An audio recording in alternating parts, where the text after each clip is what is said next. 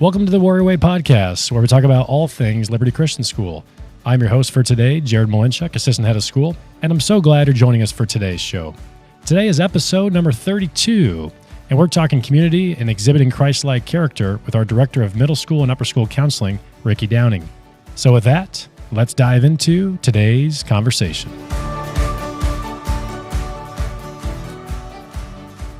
Rikki, thanks for being on the podcast today. How are you doing? I'm great. How are you? I am doing well. I think it's awesome you're on the podcast today because you have a unique connection to Liberty Christian School, and I would love to hear a little bit about your past, and for our listeners of the podcast, hear about your past connection to Liberty, and then kind of all the way up to your current role as the Director of Middle and Upper School Counseling. Well, when people ask me how long I've been here, I tell them in some form or another I've been here forever.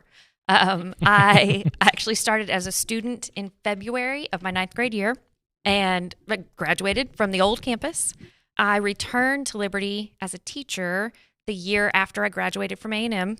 For 2 years, I taught 11th grade English. That was super fun because I got to teach with my old teachers, and my old teachers also taught me how to teach. Wow. It was fun. It's like your apprenticeship. Yes. And then I went on to, I've come and gone a couple of times with getting married and having kiddos, but I've taught 6th, 7th, and 8th grade English, and then I taught a really fun year of 7th grade history. I've worked in the academic advising offices and now have landed as the middle and upper school counselor. Wow. So I got to ask you, when you mentioned 6th, 7th, 8th grade English, those are village days, correct? So for people listening, if they don't know what the village is, when I say that, use that phrase, explain what that is, and maybe if you have kind of a funny thing you remember about it, if you don't mind sharing. The village, yes, middle school village, and it was really just portable buildings, but so much more than that, because our own little village, my favorite memory, the classroom next door to me, she had bunnies, and the bunnies had babies, and so we would get to borrow the baby bunnies, and she would bring them over to us in a little basket, and we would pet the bunnies and read books. And for those listening as a visual, explain kind of on the campus where that would have existed. Where would the village exist? The village was basically located behind the Navy room. Behind the Navy room. So kind of athletic wing of the complex. And so if you've joined Liberty just in the last year or two, you may not really know where that space is, as some of those have moved out, and there's a future cheer and dance space going in there. So let's talk about your current role as Director of School Counseling. And I think one thing I would like to have you explain to our listeners, I know when I use that phrase counseling, there's a lot of stereotypes involved with that. And some are good, maybe some aren't as good. And I think in Christian education, it's so important that we often will tell families as part of the mission of the school, we're trying to raise leaders for Christ. Well, that obviously involves a high rigorous academic experience, but these are also human beings that God created that are in our midst. And they have issues in life that they are working through. And so just tell us a little bit about your position and kind of your interplay between how you're supporting students and even our parents and then our administration. My favorite part about this position is that I get to be a bridge between so often students, parents, administrators, teachers. I love the opportunity to work with 6th through 12th grade. I've been asked before, do you prefer middle or upper school? And my answer is yes. That's good. I love the challenges that come with all different ages. But I think in the counseling role, and you're right, counseling can be sometimes kind of a questionable term, even in a Christian school, but real life does hit. And so I think with that comes stress and comes the bigger things, the smaller things, everything in between. And I think part of my role is being that bridge is if it's something that's keeping a student from being successful in the classroom, I get to step in. Sometimes it's something that, we can come up with even just a small calm down strategy together. Yeah. Sometimes we decide, hey, this is a little bit bigger.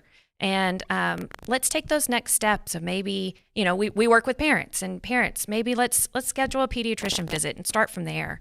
So again, just sort of opening the doors to if you need a next step, or at the same time, I love to just be a soft place to land on the good days and the more challenging days and everything in between. I think as a quick plug here too, I know you're instrumental in what we refer to at our campus around student ministry teams, and they're happening all the way down into our lower school through upper school. And just to give parents a snapshot of what we mean by student ministry teams, back to my comment about the whole person that we're trying to address, When teachers and administrators such as yourself are getting together, and this is usually on a monthly basis, student ministry teams, and typically they're grade level based, what are kind of the genesis of the conversation? What's happening prayerfully as we consider the needs of all of our kids?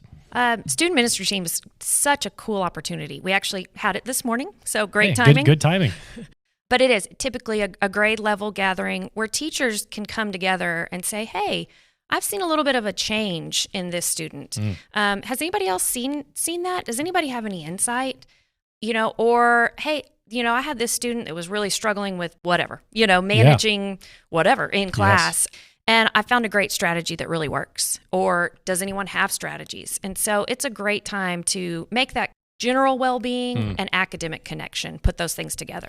Yeah, I love that, sharing that knowledge between all the teachers and administrators. What are you noticing in your role as counselor? This is the second year that we've had this position, and with all your prior experience in academic advising, overseeing that program, and also in the classroom, what are maybe some things you're just noticing in trends? And we can maybe talk about some great things you're seeing and maybe some things that are not so good.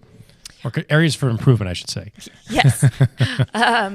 School stress. I think we did a recent needs assessment and still combing through the results of that. The needs assessment for upper school students was actually really encouraging. Yeah. So the upside of that, definitely, they showed regular exercise. We did kind of a healthy habits section. So regular exercise, and you could see the connections in that as part of a full child type thing. That part was awesome.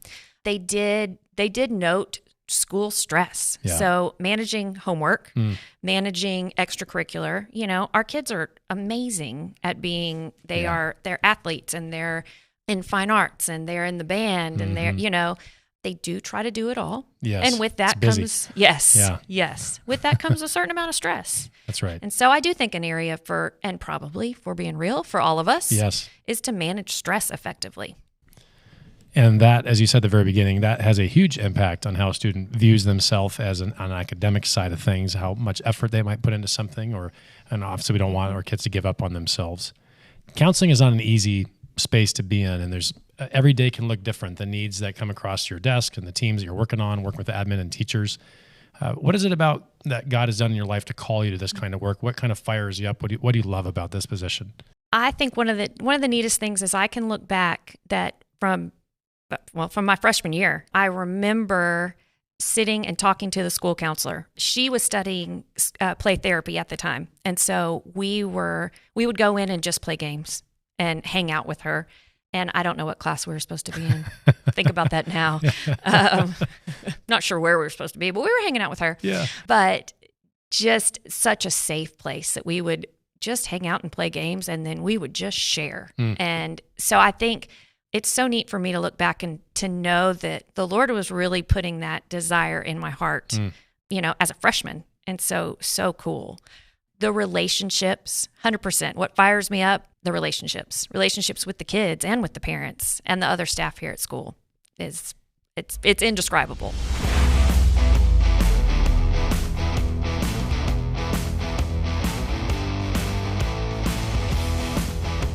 Ladies and gentlemen, it is time for the lightning round.